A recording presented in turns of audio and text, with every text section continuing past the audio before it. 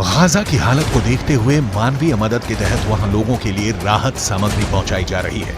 संयुक्त राष्ट्र के मुताबिक गाजा में अकाल का खतरा बढ़ रहा है और अगर हालात ऐसे ही रहे तो वहां लोगों को दाने दाने के लिए मोहताज होना पड़ेगा और इसका बच्चों पर असर सबसे ज्यादा होगा।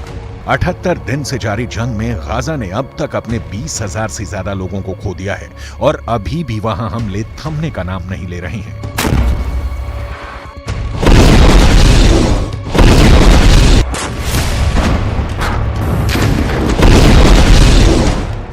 IDF यानी इजरायली डिफेंस फोर्स के प्रवक्ता की ओर से कहा गया है कि गाजा में भारी मात्रा में हथियार हैं।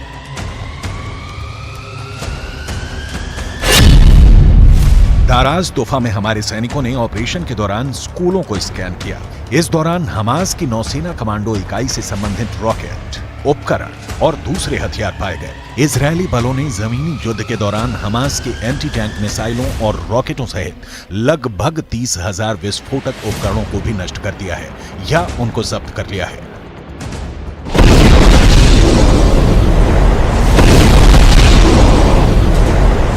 पर अब बड़ा सवाल है, आगे क्या? इजरायल हमलों से गाजा की दुर्दशा करने में जुटा है और ऐसे में हमास का समर्थन करने वाले लोगों में गुस्सा उबाल पर है। वो किसी भी हालत में नेतन्याहू को माफ नहीं करने की शपथ ले रहे हैं। पूरी दुनिया में इस युद्ध को लेकर प्रदर्शन हो रहे हैं। लोग गाजा के समर्थन में सड़कों पर उतर रहे हैं। लोगों में युद्ध को लेकर गुस्सा है। ये यमन है। यहाँ लोग हजारों की संख्या में इजरायल के खिलाफ प्रदर्शन कर रहे हैं और साथ ही अमेरिका के खिलाफ भी नारेबाजी हो रही है।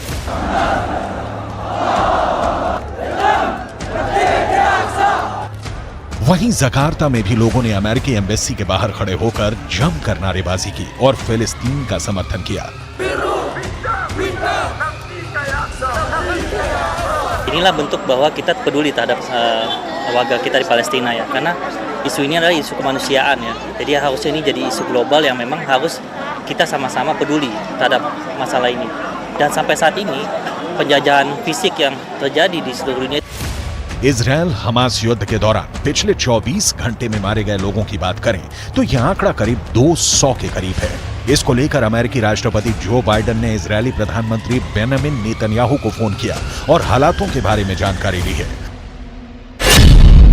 गाजा में इजरायल का आक्रमण हाल के इतिहास में सबसे विनाशकारी सैन्य अभियानों में से एक रहा है, जिसने गाजा के 2.3 मिलियन लोगों में से लगभग 85% लोगों को बेघर होने के लिए मजबूर होना पड़ा है। संयुक्त राष्ट्र और अन्य एजेंसियों के इस सप्ताह एक रिपोर्ट के अनुसार गाजा में आधे मिलियन से अधिक लोग यानी आबादी का 1/4 भूख से मर रहे हैं। हमास की करतूतों का नुकसान आम फिलिस्तीनी मौत और तबाही के तौर पर भुगत रहा है। इन हमास लड़ाकों की संख्या ज्यादा से ज्यादा 30 से 40 हजार बताई जा रही है, लेकिन इनकी वजह से करीब 23 लाख की आबादी खून के आंसू रो रही है, जिनका कोई कसूर नहीं है। बच्चे, महिलाओं की मौतों की खबर ने पूरी दुनिया को झकझोर कर रख दिया है, लेकिन ना तो इजरायल हमला करने से रुक रहा है, न सीज फायर के लिए तैयार है, ना ही हमास प्रतिकार से रुकने वाला है। इस बीच गाजा है जो जल रहा है। दिन, हफ्ते, महीने और अब तो साल बदलने जा रहा है।